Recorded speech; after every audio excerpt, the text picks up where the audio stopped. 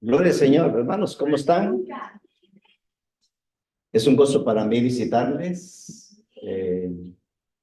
Donde ustedes han andado, yo he andado también. He estado compartiendo con la iglesia desde el primer lugar y les he visitado donde quiera que están reunidos y hoy estamos aquí, hermanos. Estamos muy contentos de volverles a ver. A muchos les conozco y otros pues estamos conociéndonos un poquito. Hemos disfrutado este tiempo, la alabanza, la meditación, el testimonio de nuestra hermana, de la obra que Dios hace y cómo Dios las hace. A veces ni entendemos, pero no hay que entender a Dios, solo hay que decir gracias a Dios por lo que tú haces.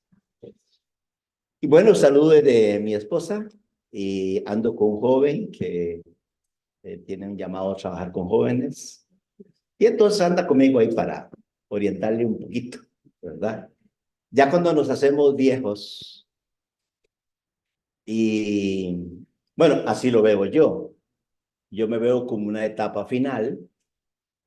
Me veo así, como una etapa final, gracias. Pero el tiempo lo tiene Dios. Dios determina el tiempo para cada uno de nosotros. Pero cuando ya pasan los años, queremos entonces compartir con aquellos que van a seguir adelante con la obra de Dios. Y a mí me gusta. Y en esta noche yo quiero que abra su Biblia en Segunda de Timoteo. Hemos estado en nuestra iglesia predicando sobre Segunda de Timoteo. Ya llevamos varios domingos. Y en esta noche quisiera compartir un poquito sobre el capítulo 4, versículo del 6 al 8. Aunque tenemos que mirar el contexto para ubicarnos en este texto. Pero en el versículo 6, versículos 7 y 8, en el 6, Pablo va a hablar de su presente, su realidad presente. En el versículo 7, Pablo va a hacer un retroceso al pasado. Y luego en el versículo 8, Pablo va a pensar en el futuro. Entonces tenemos aquí tres tiempos de Pablo: presente, y luego va a hacer un resumen de su pasado, y para luego al final decir, este es el futuro que me espera a mí. Y aquí tenemos entonces algo que compartir en esta noche ya. Y Pablo comienza con un porqué. Entonces, ese porqué tenemos que saber por qué dice porqué. Entonces tenemos que ir al capítulo 4 y versículo 1 para luego entender por qué el porqué. En el capítulo 4, después de que Pablo ha usado el capítulo 3 para hablar de una realidad desde los tiempos, desde los últimos tiempos, y entonces es un regreso al tiempo de Jesús en adelante, la historia de toda la iglesia. Nosotros hoy vivimos en estos últimos tiempos. Y vivimos en este tiempo a los cuales Pablo le escribe a Timoteo. Ahora recuerde, Timoteo está en Éfeso, está a cargo de la iglesia en Éfeso. Fue ordenado por Pablo para que funcionara como pastor. Y no le está yendo bien a Timoteo. Y quiero explicarle por qué. Porque su vida interna está bien. O sea, Timoteo es un hombre entrenado por Pablo. Imagínense, tener un mentor como Pablo. Él caminó mucho tiempo con Pablo. Conoció a Pablo. Él podía tener ese tipo de discipulado que hoy no hay. ¿Por qué? Porque nosotros nos reunimos, venimos a un estudio intelectual, teórico, y luego nos vamos cada uno para nuestra casa. con la familia, y desarrollamos una fe en trabajo, en empresas, no sé, en lo que sea. Pero Timoteo era ese discípulo que muchas veces amanecía con Pablo en el lugar donde estaba. Desayunaba con Pablo, por decirlo así. Caminaba con Pablo. Donde iba Pablo, iba Timoteo. Entonces, Pablo desarrolló una enseñanza teórica, pero a la vez con conducta. Entonces, Timoteo tiene las dos cosas.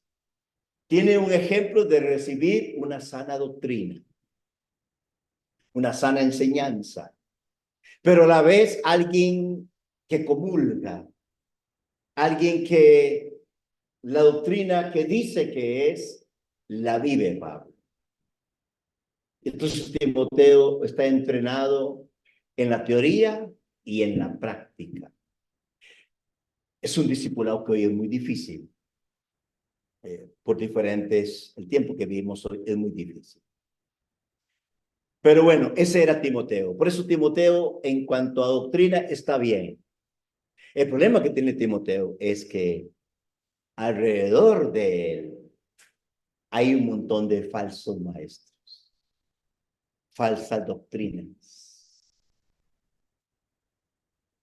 Y estos que tienen falsa doctrina, en apariencia están bien. Tienen mucha gente. Tienen esa palabra no bíblica, pero utilizada por ellos, éxito. Son prósperos. No les falta nada. Y lo que enseñan es lo que la gente quiere escuchar.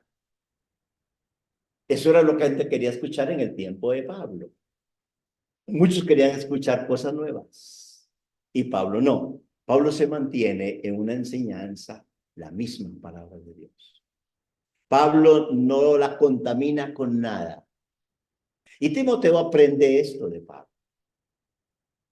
Pero por supuesto, cuando nosotros entendemos el contexto de la segunda carta, Pablo, después del primer encarcelamiento, es probable, aquí no podemos hablar de verdades absolutas ni un tiempo bien definido, pero pensemos del primer encarcelamiento al segundo, quizás 5, 8, 10 años, algunos dicen algo así.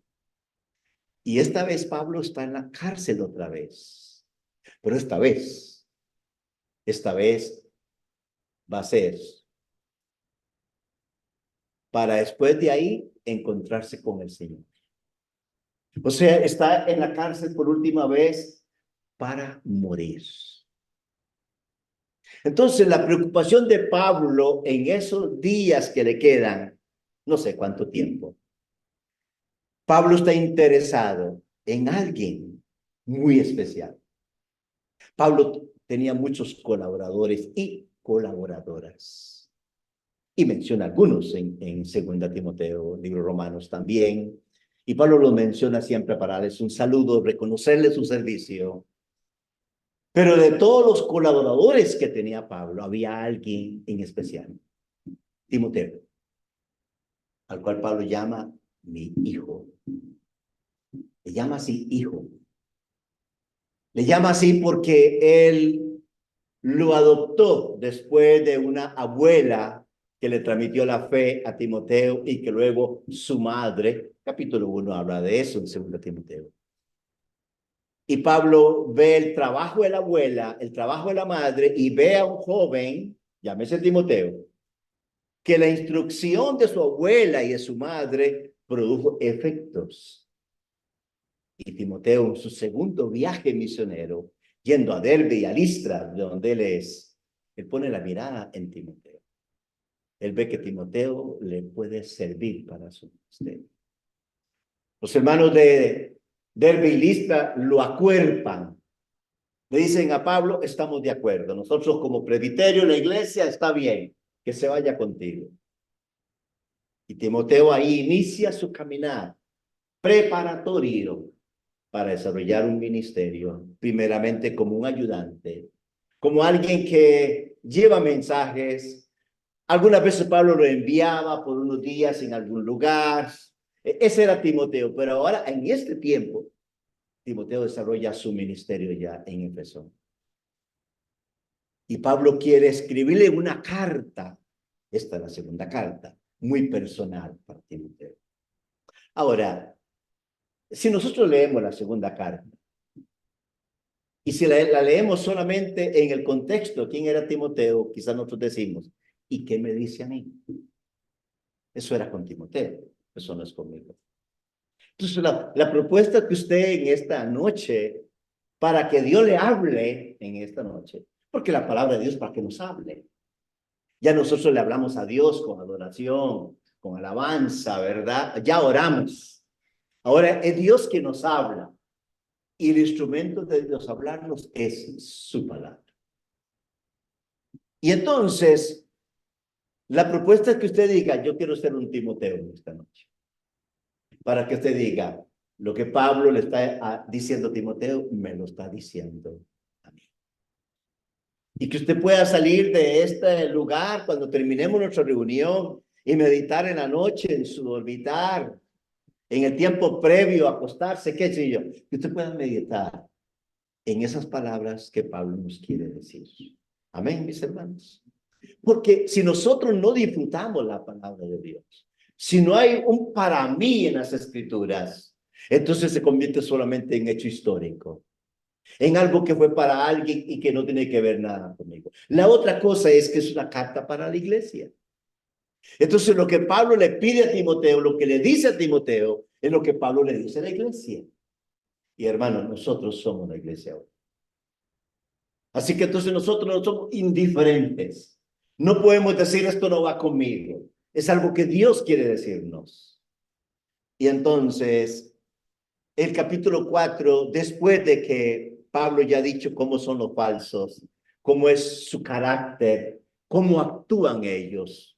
Por supuesto, en el versículo de 10 al 17, le dice Timoteo, pero tú, Timoteo, tú no puedes ser así. Pero el capítulo 4 es donde comienza el texto que dice así, te encargo solemnemente. Es algo solemne, le dice Pablo en su carta a Timoteo. En la presencia de Dios y de Cristo Jesús, y este Jesús que va a juzgar a los vivos y a los muertos por su manifestación, por su reino y por su reino. Eso solemne. Dios Padre, Dios Hijo, están ahí, es como que están mirando a Timoteo. Y es Dios quien le va a decir esto a Timoteo. Le dice esto, predica la palabra. Predica la palabra. Mis hermanos, la iglesia del Señor tiene una existencia nada más. Es para predicar la palabra de Dios. Todo lo demás en nuestras reuniones es importante, nos edificamos, participamos en la comunión, pero hay una razón de ser la iglesia del Señor. El para qué existe la iglesia del Señor es para predicar su palabra. Y cada uno de los que estamos aquí, a su manera, con el testimonio, con solo decir Cristo me salvó, Cristo es mi Señor, con solo que usted hable acerca de lo que Cristo hizo en su vida, usted está predicando la palabra del Señor. Con solo que usted llegue el lunes al trabajo, si entra a las 8 y tiene que marcar marcas o un poquitico antes o a las 8, pero no a las 8:15 ni a las 9. Porque quizás todos los compañeros marcan a las 8:15. Pero usted es cristiano. Usted es un hijo de Dios. Usted tiene que marcar a la hora que es. ¿Y sabe qué está haciendo? Estás predicando con eso. Y quizás te vas a meter en broncas con los compañeros. Y quizás vas a ser el enemigo en el trabajo. Y quizás te van a ver mal.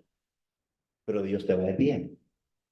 Y son momentos donde tenemos que decidir a quién queremos agradar como iglesia. Los hombres. Para agradar a los hombres hay que ser impíos entonces. Hay que comportarse como alguien que no conoce a Dios entonces. Pero si nos comportamos como cristianos, Tenemos que marcar diferencia en nuestras conductas, en nuestro estilo de vida. Y eso es lo que lo que Timoteo pudo ver en Pablo. Predica la palabra, le dice. Predica la palabra y además le dice lo siguiente. Insiste a tiempo y fuera de tiempo. Redarguye, reprende, exhorta con mucha paciencia e instruye, le dice. Y hay un porqué. Hay un porqué. Hay un porqué. ¿Cuál es la razón de predicar la palabra de Dios? ¿Por qué Pablo estaba tan interesado en que Timoteo predicara la palabra de Dios? Pues la respuesta está en el versículo 3. Porque vendrá tiempo cuando no soportarán la sana doctrina. Una de las cosas que yo como pastor le digo a Quirios, si usted quiere permanecer en Quirios, tiene que soportar la sana doctrina. Porque si no la soporta, usted va a ir a buscar otra cosa que no es sana doctrina.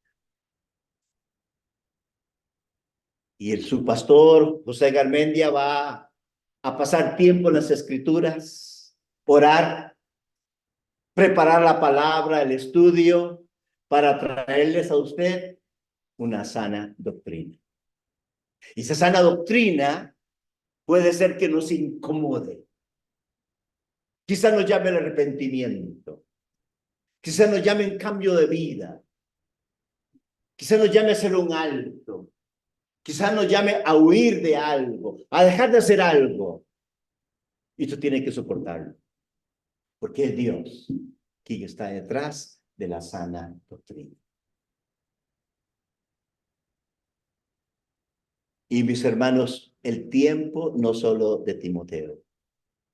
Otra vez, los falsos estaban teniendo éxito porque enseñaban no la sana doctrina, enseñaban visiones, enseñaban filosofías, tradiciones, y ya había principio de gnosticismo. Pablo pelea en Colosas por eso. Ya había inicio de eso. Y Pablo se enfrenta a todo eso. Toda la historia de la iglesia ha tenido que enfrentarse a lo falso. Lo falso siempre ha venido acompañando a la verdad. Y casi son como inseparables. Siempre lo falso es una oposición a la verdad. Y detrás de todo lo falso, siempre está Satanás detrás de lo falso. Y así fue en el origen. El capítulo 3 de Génesis, usted lo ha leído muchas veces. ¿Quién estaba detrás de la serpiente? Era Satanás. Quien estaba buscando la manera de engañar al hombre. Por supuesto que lo logró. Eso no ha cambiado. La verdad siempre arrastra algo falso. Porque si no existiera la verdad, no habría lo falso. Lo falso siempre es una realidad por la verdad que existe. Y ahí la iglesia se ha enfrentado toda la historia con eso mismo. Cuando Pablo dice, porque vendrá tiempo cuando no soportarán la sana doctrina, sino que teniendo comezón de oídos. Y yo se le digo a los hermanos, ¿qué quieren escuchar ustedes? Si usted dice, pastor, algo nuevo, a veces cuando termina el año, hay muchos movimientos evangélicos. Y quizás nosotros los pastores, bueno, yo sé que Almeida no, pero yo en algún momento, un 31, yo les decía, hermanos, ¿cuántos quieren cosas nuevas en el próximo año? Yo quiero algo nuevo el próximo año. Y yo mismo lanzaba esa perspectiva. Algo nuevo. Dios, dime algo nuevo. Un error. El evangelio no es nuevo. El evangelio es el mismo. La doctrina verdadera es la misma. La sana doctrina no tiene cosas nuevas. Quizás algo nuevo para mí es algo que no entendía yo, pero ahí estaba. Nada más que yo no tenía luz, pero ahí estaba. Y es lo que el Espíritu Santo quiere darnos, luz, enseñarnos algo que ya está ahí. El tesoro ahí está. Dios es que nos alumbra. Por eso Pablo oraba por los hermanos de Éfeso, Colosas, oraba para que el Espíritu Santo les alumbrara. Le abriera los ojos para que vieran, que pudieran conocer profundidad, longitud, profundidad acerca de Cristo, el misterio de Cristo. Ahí estaba. Pero ¿cuántas personas quieren escuchar cosas nuevas? Y eso ha llevado a la falsedad. Comezón de oír cosas. La inquietud de saber qué van a decir ahí. Pastor Garmendia, ¿usted me dejaría ir? Yo quiero ir a ver qué es lo que dice. ¿Será que tiene comezón de escuchar algo diferente? ¿Será que el Evangelio no le llena? ¿No es suficiente el Evangelio? Pablo, y con Cristo estáis completos. Con la palabra de Dios estamos completos. Y la palabra de Dios es ese alimento que nos nutre, que nos ayuda a vivir una vida cristiana todos los días. Es el arroz y los frijoles de los ticos, ¿verdad? De alguna manera es nuestra comida, es lo que nos sostiene, es lo que nos ha dado energía, es lo que nos ha dado vida a través de los años en nuestra vida de salud. Dice que acumularán para sí maestros conforme a sus propios deseos. No es la palabra de Dios. Y apartarán sus oídos de la verdad y se volverán a mitos. Es como que Pablo diga, que ellos hagan eso, Timoteo, pero tú, pero tú, pero tú. Pero tú, sé sobrio en todas las cosas. Sufre penalidades, haz el trabajo de un evangelista, cumple tu ministerio. Y ya viene el porqué de mi sermón, y perdonen la introducción tan larga. Aquí está, porque Pablo tiene preocupación. Dice Pablo, ¿por qué? Ahora él habla de sí mismo. Habla sobre su realidad, que no va a cambiar. Él sabe, él lo sabe. Más adelante, Pablo va a decir que cuando tuvo que enfrentarse al tribunal romano, en la primera vez que tuvo que enfrentarse, Pablo va a decir más adelante, no había nadie conmigo, estaba solo. En primera audiencia, estaba solo. No solo, pero se refiere a compañeros de ministerio, porque él dice, el Señor estaba conmigo.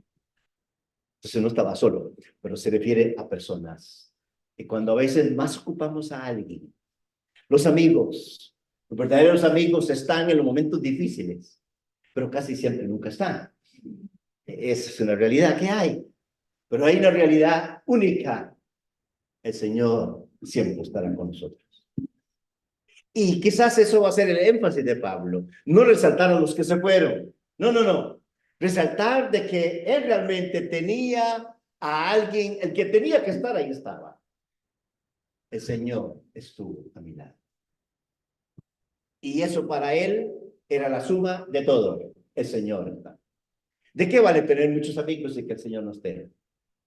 Lo importante es tener al Señor. Y bueno, y si amigos, pues está bien.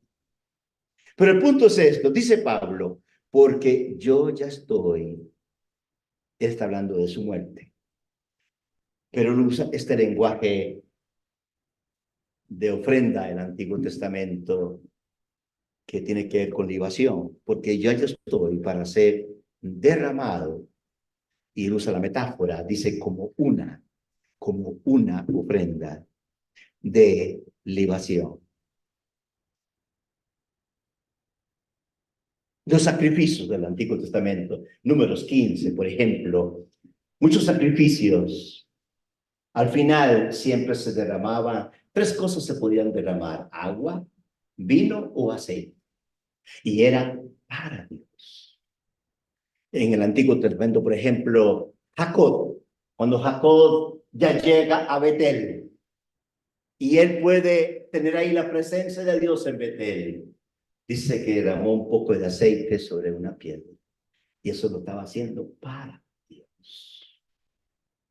Ejemplo, cuando David está en una cueva huyendo del rey Saúl. Y era cuando el escritor nos habla de aquellos amigos increíbles que tenía David, que daban hasta la vida por él. David está sediento de sed. Y él desea un vaso de agua. Dice que algunos de sus valientes hicieron darle una sorpresa, arriesgando sus vidas. Se fueron y pudieron de alguna manera no ser vencidos por los enemigos, pero se enfrentaron a la muerte con tal de qué, de traerle ese deseo a David, agua. Y cuando se la traen, David dice, no, esto yo no lo puedo permitir. Ellos arriesgaron su vida para traerme esta agua. Y David cambió de opinión, no se la tomó, sino que la derramó, dice, como libación para Dios. Entonces, cuando Pablo usa este lenguaje, él está diciendo que él, su vida, al morir, será como una ofrenda de libación. Porque libación aquí entonces tiene que ver con sacrificio. Pablo sacrificó toda su vida. Y bueno, cuando digo toda su vida, déjeme hacerle la diferencia. Cuando fue a camino a Damasco, era aquel Saulo, ¿verdad? Preparado por el Sanedrín, preparado en todo diestro de la ley romana, perdón, la ley judía. Pero después del libro de los Hechos, capítulo 9, cuando Dios le llama, ese Saulo dedica toda su vida para Dios. Y eso, Pablo vive una vida de libación. Libación significa hacer la voluntad de Dios. Es vivir para Dios. Entonces, Pablo vive una vida que vale la pena vivir, mis hermanos. Mire, mis hermanos, venir a esta reunión vale la pena. Y usted siempre piense, yo sé que usted hace muchas cosas, su trabajo, su tiempo, jóvenes en estudio, hay tantas cosas que no estamos involucrados. Pero este tiempo de reunión que usted realiza o que nosotros realizamos como cristianos en nuestros cultos, reuniones, deben ser reuniones que sean libación para Dios. Desde la alabanza, adoración, desde la comunión misma, todo lo que hacemos en esta reunión debe ser una ofrenda y libación para Dios. Es donde usted sabe que este tiempo en la reunión es justamente honrar y glorificar a Dios con todo lo que hacemos para Dios. Y entonces la ofrenda de libación subía con olor grato. Pues en el caso de Pablo, toda su vida era una vida de libación. Él estaba dispuesto a morir por enseñar la palabra. Así se lo dicen los hermanos de Filipenses, capítulo 2 y versículo 17. Si yo tengo que ser derramado como libación por causa de enseñarles a ustedes y tenga que arriesgar mi vida, lo haré. Ese era Pablo. Y ahora su muerte va a ser, por eso él usa este lenguaje cuando él dice, porque yo estoy ya, dice, porque yo ya estoy para ser derramado como una ofrenda de libación. Y el tiempo de mi partida ha llegado. Pero antes de esa última oración, quizás hubo alguien que pudo dar una ofrenda de libación como nadie nunca antes, ni nadie podrá hacerlo. Por supuesto, Jesús. Él dio su vida. Gustó la muerte. Su vida, su sacrificio. La única libación perfecta que el Padre recibe Cristo en la cruz. Hebreos dice que él gustó la muerte. Hubo gozo por hacerlo. Él saboreó morir para dar un medio de salvación a los suyos. Mis hermanos, por la ofrenda de libación de Cristo, usted está aquí hoy. Si Cristo no hubiera dado su vida de libación, no hubiera salvación para nadie. Ni nuestra hermana pudo haber contado ese testimonio, pero lo contó por la obra que Cristo hizo. Y esa obra de Cristo debe ser la base, el sentido de nuestras reuniones para darle gloria y honra a Dios. Es valorar esa obra de Cristo. Y por eso, al final, él dice, el tiempo de mi partida ha llegado. O sea, Pablo no está diciendo que le van a truncar la vida. Es cierto que Nerón ya ha dictaminado que debe morir. Nerón era implacable, terrorífico, sus cualidades amenazantes, y él está de acuerdo en que Pablo tiene que ser ejecutado. Le van a cortar su cabeza. Pero Pablo no dice, por culpa de Nerón no puedo seguir predicando. No dice eso. El tiempo de mi partida ha llegado. Y él usa el lenguaje del tiempo de mi partida es cuando un barco, sus amarras son quitadas de donde está en el muelle. Y ese barco ahora sí va a partir. Mis hermanos, nuestro cuerpo es una amarra. Por eso dice, cuando alguien muere, ¿qué decimos? Partió con él, Señor. Pero este cuerpo que tenemos nosotros es como una amarra. A veces el amar el sistema de este mundo nos amarra tanto que nuestra vida está amarrada. Y Pablo dice, es el tiempo de mi partida. El tiempo de mi partida es porque ya no tengo que hacer nada aquí. Y por eso en el mismo libro Filipenses, cuando Pablo tiene que dar testimonio acerca de lo que puede suceder con su primer encarcelamiento, él dice que él está entre dos direcciones y no sabe cuál elegir. Él dice, si muero, dice, mejor porque voy a partir y voy a estar con el Señor. Y si no parto, pues me voy a quedar haciendo la obra del ministerio, enseñando, predicando. Pero él utiliza esa palabra, partir con el Señor. Entonces, ningún creyente muere cuando muere físicamente. Lo que ha hecho es partir para estar con el Señor. Eso es lo que Pablo está diciendo. Voy a partir. Voy a partir para estar en el mejor lugar. Y eso es una increíble noticia para los que son hijos de Dios. Y entonces, después de hablar de su realidad presente, él dice, y es cuando vuelve a retroceder el tiempo desde que fue salvo, y él dice esto, he peleado. ¿Me explico? Dice, he peleado. Ya no tengo que pelear más. He peleado. No dice que estoy peleando, no. He peleado. Como él va a partir, ya no tiene que pelear más. Ya peleó lo suficiente. He peleado, dice, la buena batalla.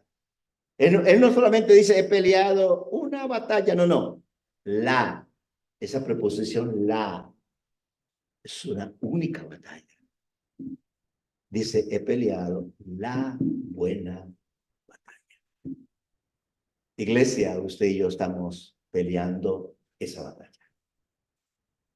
Y no podemos decir que la he peleado, no, podemos decir, estamos peleando la buena batalla. He peleado la buena batalla. Y en esa pelea, la batalla, ¿sabe qué he hecho? Dice, he terminado la carrera, la he terminado. Ya la corrí. Por eso va a partir, ya corrió la carrera.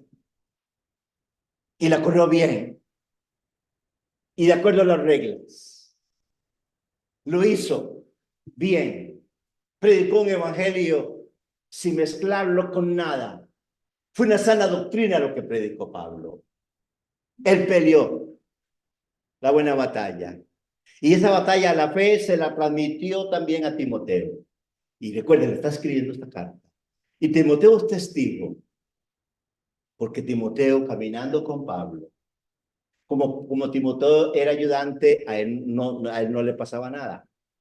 Por ejemplo, en Hechos 16, cuando él va con Silas, va Timoteo también.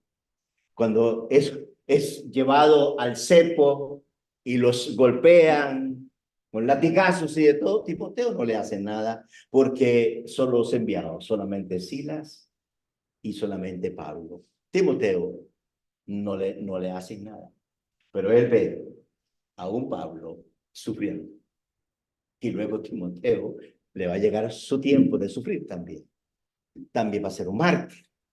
También va a tener que ir por las cosas difíciles. Pero él aprendió a vivir una fe. Alguien que peleaba por su fe y a transmitir su fe. Y Pablo, cuando había ido a la provincia de Galacia, dejó todo un pueblo caminando en la fe. ¿Y qué le cuentan a Pablo? Le cuentan que llegaron los judaizantes religiosos de tradiciones y comenzaron a enseñarles que tenían que guardar la ley, que tenían que volver a la circuncisión. ¿Y qué les dice Pablo? ¿Cómo es posible? ¿Qué les pasó? Ustedes corrían bien. Escuchen bien, mis hermanos. Correr bien es mantenerse en las escrituras. Correr bien es mantenerse en la sana doctrina. Dejar de correr bien es salirnos de la sana doctrina y caer en filosofías, caer en fábulas. Y Pablo nunca se salió de la sana doctrina. Y Pablo nos está diciendo a nosotros eso hoy, nos está dando testimonio de lo que él hizo en todo su tiempo recorrido en el pasado. He terminado la carrera. Pablo muchas veces no miró hacia atrás, no, miró hacia adelante. Y él nos da ese ejemplo también como una enseñanza para nosotros, no mirando lo que queda atrás, poniendo nuestra mirada ahí hacia adelante. La vida cristiana es solamente ir hacia adelante con Cristo, con la palabra del Señor. Y además le dice esto, he guardado la fe. El capítulo 2, Pablo y Timoteo, que él ha depositado en él un depósito.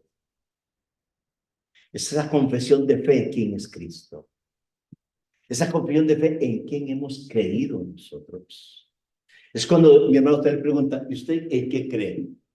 Usted tiene que decir quién es Cristo. ¿Quién es Cristo en la Biblia? Somos salvos por gracia. Somos salvos por la obra de Cristo. No es que nos salvamos, alguien nos salvó. Es Cristo mismo quien hace todo esto. Es permanecer en esta fe. Por eso cuando les dije al principio, verles a ustedes que ya conozco y que estén aquí, es señal de que ustedes están corriendo la carrera, están guardando la fe, están en la palabra de Dios y eso produce gozo. Eso produce de ver de que la obra de Dios no ha sido un falso, la obra de Dios no ha sido pasajera, sino que ha traído fundamentos a su vida. Y esto es hermoso, porque todos los que estamos aquí tenemos que estar guardando la fe. Por supuesto, Pablo ahora mira hacia el futuro. Pablo en el futuro. Vean de que Pablo no va a decir aquí algo que va a recibir en el momento que parta, no. Él va a hablar de algo en el futuro. En el futuro me está reservada Ya dijo que en el presente va a partir con el Señor, ¿verdad que sí? Pero en el futuro, Él está hablando de aquel día, está hablando de la segunda venida del Señor, está hablando de la parucía, al final, en el futuro, me está reservada. ¿Qué le está reservada a Pablo? La corona de justicia.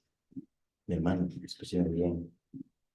Si usted y yo estamos en Cristo, también su corona está reservada. ¿Está bien? Pablo lo dijo, me está reservado. Si usted está en Cristo y estamos en Cristo, esa reserva también es para nosotros. Porque Pablo dice, en futuro me está reservada la corona de justicia. Y esa palabra justicia habla de justo, que el Señor, el juez, dice, el juez justo. Porque Pablo en esos días se puso delante de jueces injustos en Roma. Y una y otra vez, en todos sus años de ministerio, fue juzgado mal por muchos que se decían ser jueces. Pero hay un juez único que a Pablo le interesa. Ese juez es Cristo.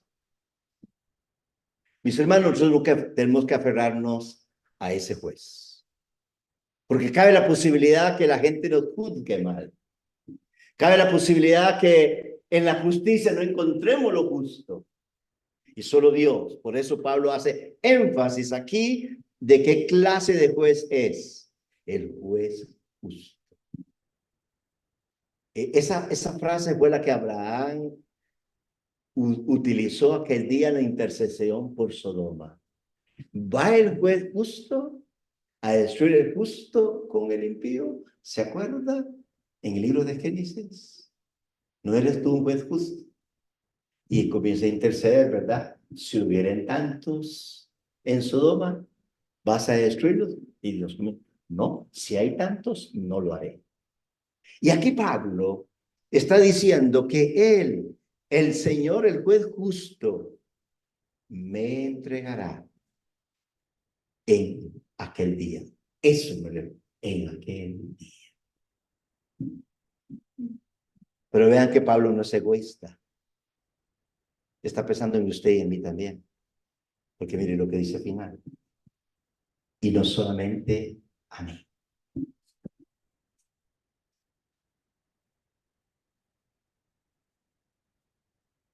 No solamente a mí. Así que nosotros también, hermanos. Y si usted piensa que cuando ese día, aquellos hermanos, hay hermanos que siempre piensan que si la corona del pastor Garmendia debe tener un diamante ahí, pues la mía la perlita, aunque sea, no sé, falsa, pero una perla fin, ¿verdad? A veces hay creyentes que dicen, uy, ese hermano debe tener una corona con tantas perlas, y la mía, ahí está, pero sin perla, qué sé yo. No, no, no, no, claro, es un lenguaje equivocado que se usa.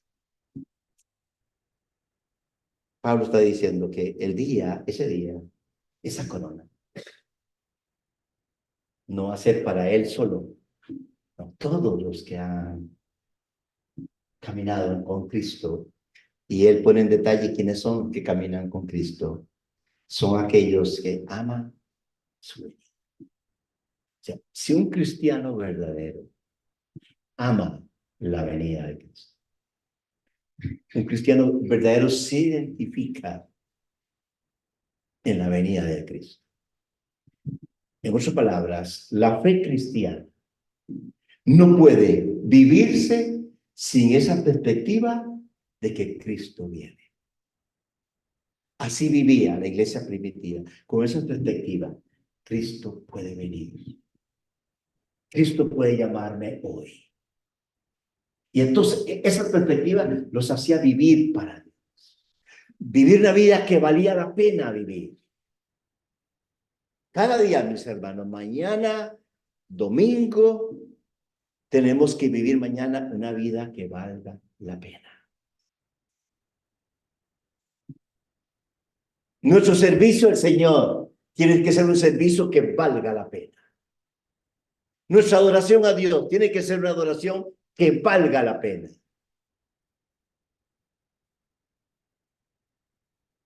Que usted diga, valió la pena hoy ir al servicio. Que usted diga, hoy disfruté la comunión de la iglesia. Disfruté estar ahí. Y eso hace que usted venga a un culto para disfrutar un tiempo de vida que vale la pena vivir. Y mis hermanos, yo quiero decirle, esta tarde y noche ha valido la pena estar aquí. En la adoración, ese tiempo para Dios, vale la pena, mis hermanos. Así que, mientras usted pueda, como decía el pastor hace un rato, no dejando de reunirnos. Y ese detalle de Pablo de que la corona para quién son, el Señor me va a dar a mí, que Pablo anhelaba la venida del Señor, y él dice, no solamente a mí, sino a aquellos que aman su venida. Si amamos la venida del Señor, vamos a vivir para Dios. No somos perfectos, vamos a pecar. Cuando yo hablo así, no estoy hablando de abrir una puerta de pecado, pero ¿quién puede vivir una vida sin pecado? Juan lo dijo, el que dice que no tiene pecado es mentiroso. Lo que pasa es que hay una puerta siempre, una puerta que se llama arrepentimiento, que nos hace tener la comunión con Dios de nuevo. Y todos nosotros debemos de vivir una vida de arrepentimiento prácticamente las 24 horas del día. Nosotros no nos arrepentimos a la hora del culto, qué sé yo, una fecha específica, no. El Espíritu Santo pone testimonio en nuestra vida. ¿Cuántas veces en el día hacemos algo incorrecto y sentimos al Espíritu Santo y, ay Señor, perdón, no hice lo correcto? No me comporté bien en ese tiempo que pasé. No contesté de la mejor manera. Esa es nuestra realidad hoy. Por eso Pablo decía de que él era un miserable por su condición, porque muchas veces yo hago lo que no quiero hacer.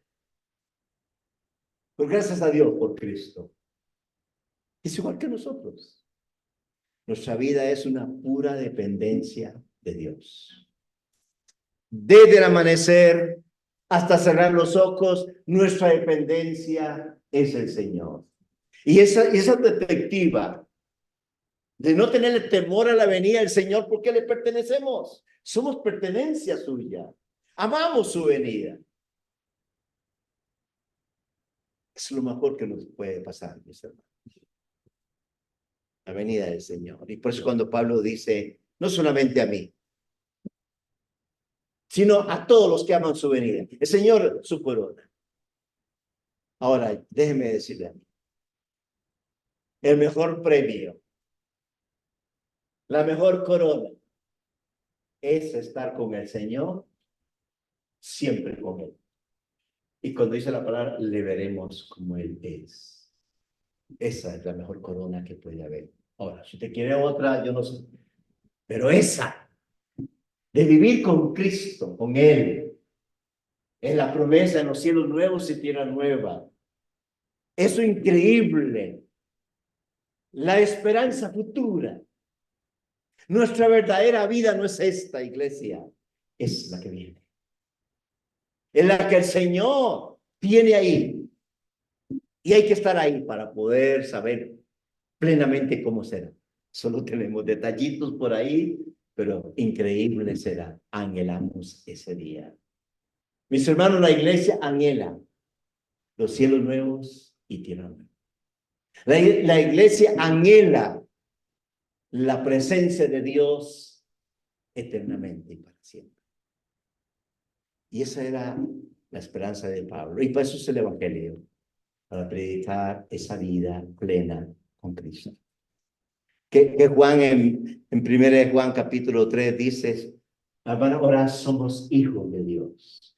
Somos llamados hijos de Dios, pero todavía ¿Cómo será aquel día?